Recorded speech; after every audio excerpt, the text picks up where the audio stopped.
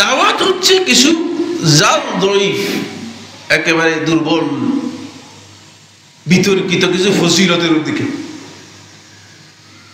ফজিলত তো পাবেন যদি ঈমান থাকে, ফজিলত তো পাবেন যদি আপনার আমল ঠিক থাকে, ঠিক না? ফজিলত বোনাসকে পায়, যে কাজ করে সেই বোনাস পায়।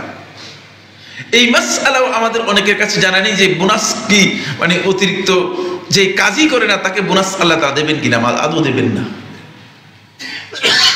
যে আল্লাহর বান্দাই নেই তাকে আল্লাহ রাব্বুল আলামিন বোনাস দেবেন, এই ধারণা করার কোনো সুযোগই নেই। এটা গলত, একটি বিভ্রান্ত চিন্তাধারা। এই জায়গায় আমাদেরকে যে বিষয়টি খুব ভালো করে বুঝতে হবে সেটা হচ্ছে, আপনি ফজিলতের যে দাওয়াত দিচ্ছেন, আপনার ধারণা অনুযায়ী আপনি যেটাকে ফজিলতের দাওয়াত মনে করতেছেন, সেই ফজিলতের দাওয়াত যদি সহিহ হতো কোনো অসুবিধা নেই। জাল দঈফ কিছু মিথ্যা হাদিস দিয়ে ফজিলতের দাওয়াত দেওয়া হচ্ছে, ফলে ওইখানেও এমন একটা গ্যাপ, যেই দাওয়াতটা আপনি দিচ্ছেন সেই দাওয়াতটা সহি কোনো ধারার উপর দাওয়াত দিচ্ছেন।